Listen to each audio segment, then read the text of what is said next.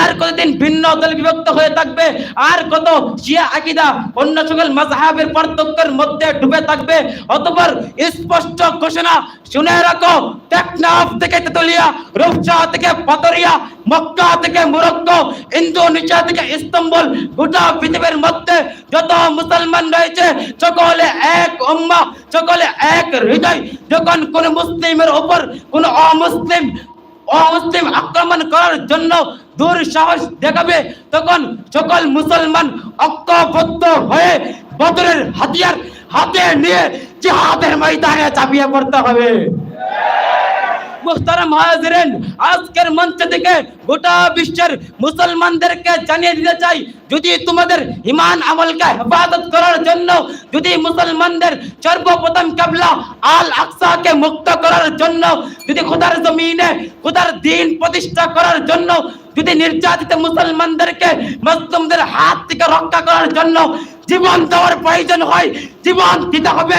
রক্ত দেওয়ার প্রয়োজন হয়, রক্ত দিতে হবে। এক বিন্দু রক্তের পরিণাম হলেও খোদার জমিনে খোদার দ্বীন প্রতিষ্ঠা করেই ছাড়বো ইনশাআল্লাহ। নাসরুম মিনাল্লাহি ওয়া ফাতহুন করিম ওয়া বাশশিরিল মুমিনিন। আসসালামু আলাইকুম ওয়া রাহমাতুল্লাহ।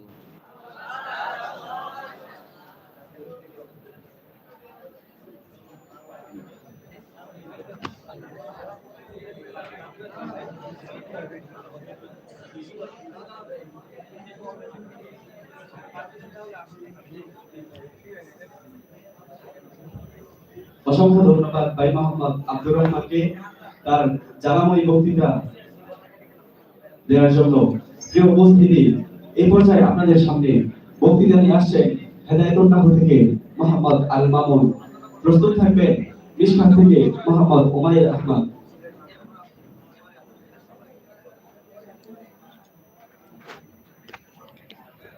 আসসালামু আলাইকুম ওয়া রাহমাতুল্লাহি ওয়া বারাকাতুহু। আলহামদুলিল্লাহি ওয়া কাফা ওয়া সালামুন আলা ইবাদিহিল্লাযিনা ইসতাফা, আম্মা বা'দ। ফাআউযু বিল্লাহি মিনাশ শাইতানির রাজীম। বিসমিল্লাহির রহমানির রহিম। ওয়া'তাসিমু বিহাবলিল্লাহি জামিআন ওয়া লা তাফাররাকু। ওয়া ক্বালা রাসূলুল্লাহি সাল্লাল্লাহু আলাইহি ওয়াসাল্লাম, আল মুমিনু লিল মুমিনি কাল বুনয়ানি ইয়াশুদ্দু বা'দুহু বা'দান। সাদাকাল্লাহুল আযীম।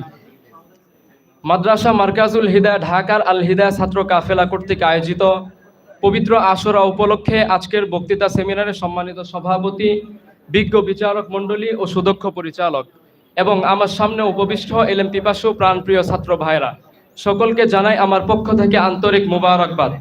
প্রিয় উপস্থিতি, আজ আমার বক্তৃতার বিষয় হচ্ছে মুসলিম উম্মার ঐক্যের প্রয়োজনীয়তা।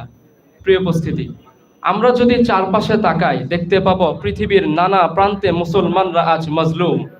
ফিলিস্তিন, কাশ্মীর, মায়ানমার, সুদান, সিরিয়া সহ যেখানেই তাকাই দেখি মুসলমানরা আজ নির্যাতিত। অথচ বিশ্বের 200 কোটি মুসলমান যদি ঐক্যবদ্ধ হয়ে থাকতো তাহলে মুসলিম জাতি কখনো নির্যাতিত হতো না।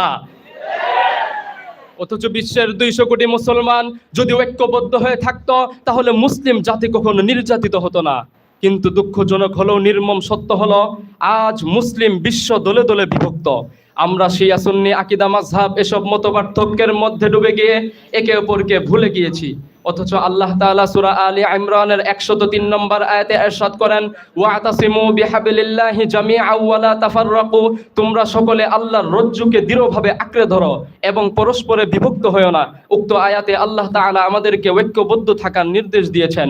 এবং বুখারী শরীফের 481 নম্বর হাদিস, রাসূলুল্লাহ সাল্লাল্লাহু আলাইহি ওয়াসাল্লাম ইরশাদ করেন, আল মুমিনু লিল মুমিনি কাল বুনয়ানি ইয়াশুদ্দু বা'দুহু বা'দান।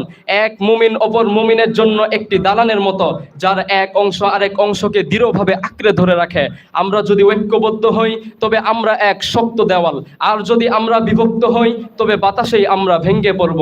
সংগ্রামী সাথী ও বন্ধুগণ, আজ কাফের মুশরিকরা উম্মাহের ঐক্যহীনতাকে পুঁজি করে মুসলমানদের হত্যা করছে।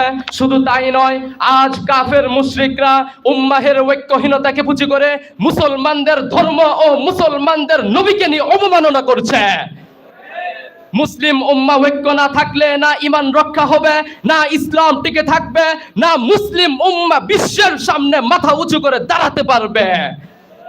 সুতরাং শুনে রাখো হে উম্মাহের ঘুমন্ত সন্তানগণ, আর কতদিন বিভক্ত থাকবে, আর কতকাল শিয়া সুন্নি আকীদা মাযহাব এসব মতপার্থক্যের মধ্যে ডুবে